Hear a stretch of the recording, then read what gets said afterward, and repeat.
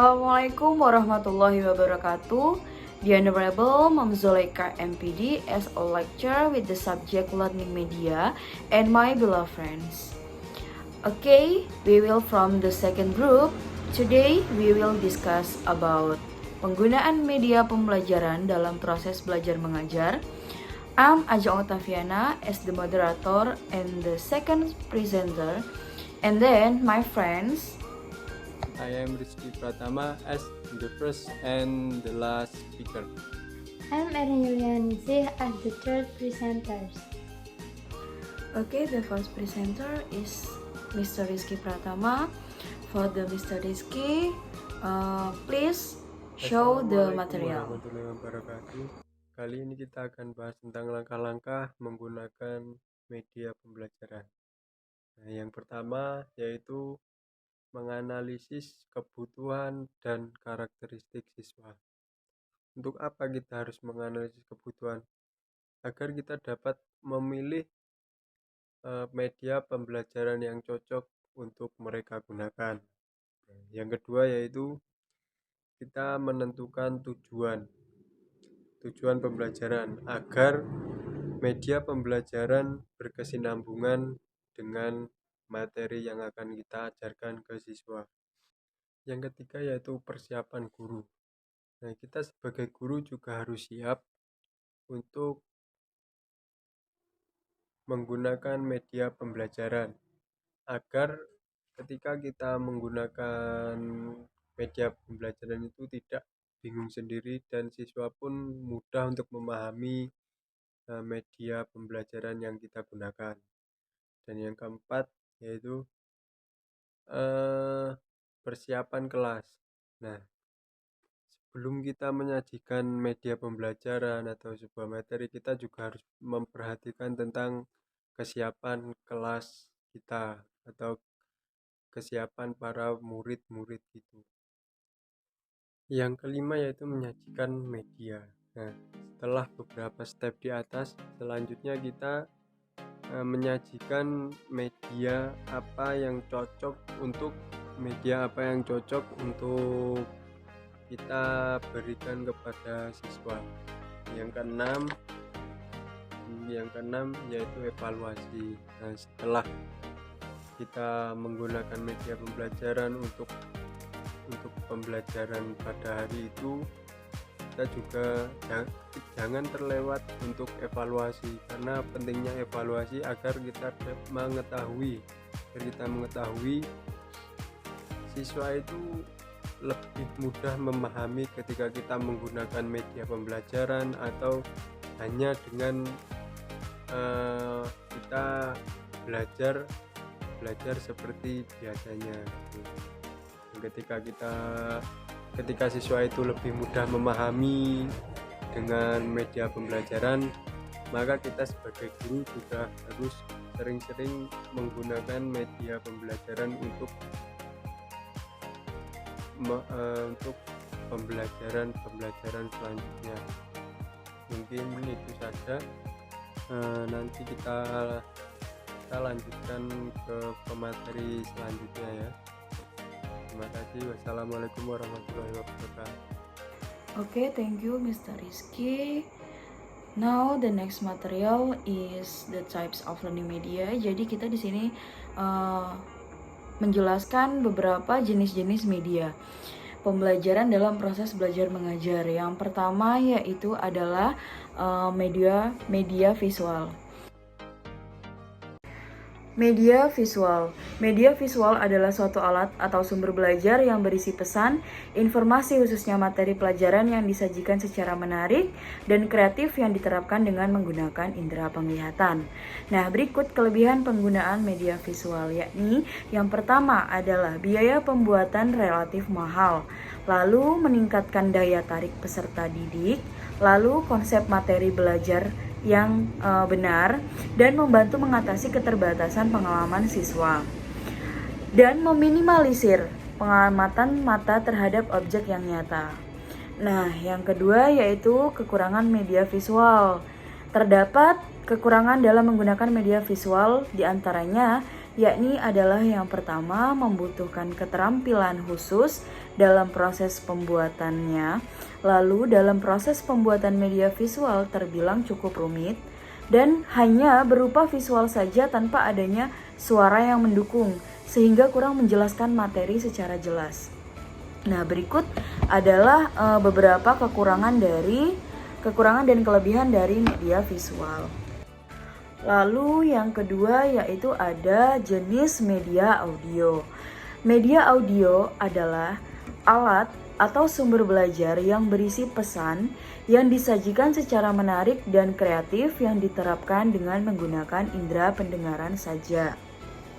Nah, yang terakhir ada jenis media pembelajaran yaitu media audio visual. Di sini media audio visual ini adalah media pembelajaran atau sumber belajar yang berisi pesan atau informasi materi pelajaran yang dibuat secara menarik dan kreatif yang diterapkan dengan menggunakan indera pendengaran dan penglihatan. Nah, saat ini teman-teman sedang melakukan jenis media pembelajaran yang dinamakan dengan media audio visual. Oke guys, sekarang kita tiba di materi yang paling terakhir, yaitu di sini Miss Erni akan menjelaskan tentang gimana sih contoh dalam pembelajaran menggunakan media visual, media audio, dan media audio visual.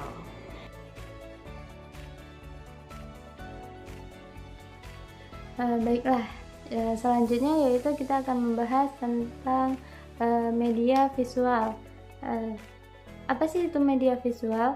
Media pembelajaran visual adalah media yang hanya mengandalkan indera penglihatan.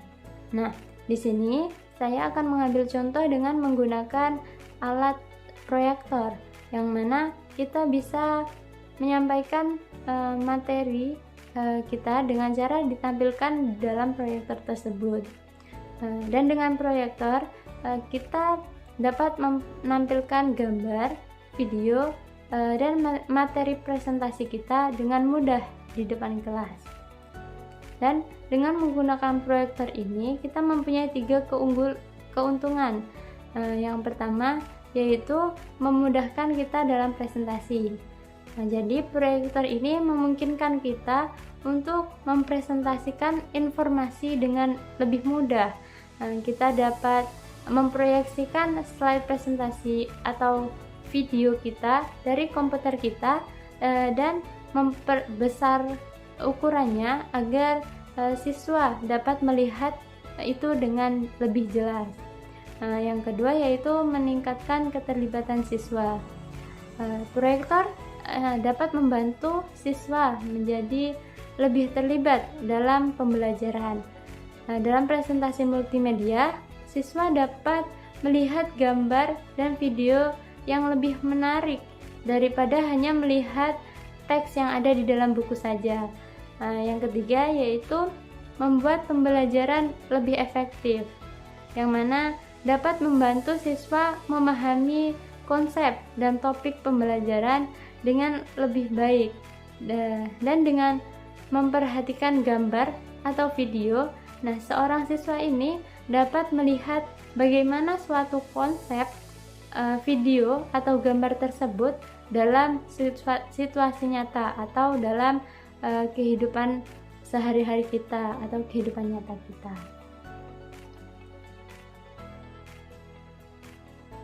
Hello everyone, Palembang LRT is a fast transportation or as a means of transportation to support Palembang residents. Baiklah, selanjutnya yaitu media audio.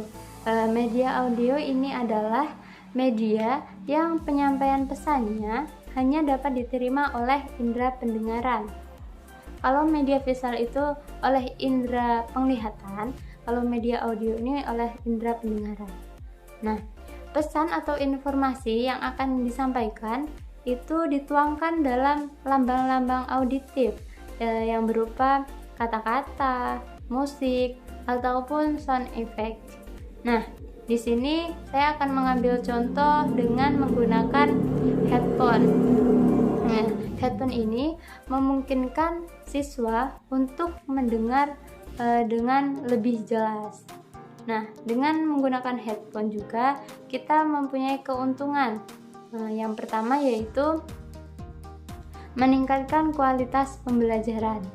Nah, headphone ini membantu meningkatkan kualitas pembelajaran dengan memungkinkan siswa dapat mendengar informasi dengan lebih jelas. Nah, ini dapat membantu siswa untuk memahami konsep dan topik pembelajaran dengan lebih baik.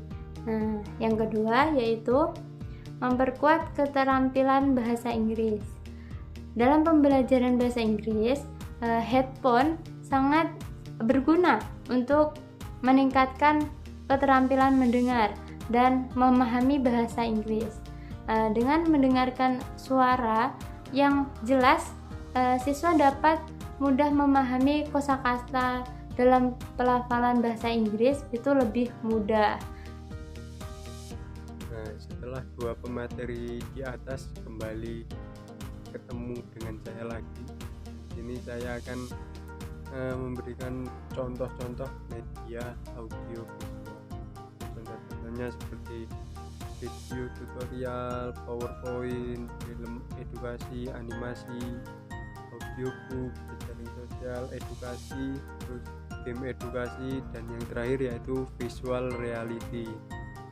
Nah, mungkin kalian harus memilih salah satu ya dari banyaknya contoh audio visual tersebut. Kalau kalian ingin menggunakan lebih dari satu, apakah boleh? Boleh saja. Kita tergantung kondisi kelas dan kebutuhan para murid. Nah, mungkin itu saja dari saya. Terima kasih. Wassalamualaikum warahmatullahi wabarakatuh. Oke teman-teman, setelah durasi yang sangat panjang, demikian adalah pembahasan dari penggunaan media pembelajaran dalam proses belajar mengajar. Jika ada materi yang kurang paham atau kurang diperjelas, kami mohon maaf. Dan terima kasih buat teman-teman yang udah meluangkan waktunya buat menonton video edukasi kami. Semoga bisa bermanfaat. Dan saya sebagai moderator pamit undur diri. Wassalamualaikum warahmatullahi wabarakatuh. Thanks for watching.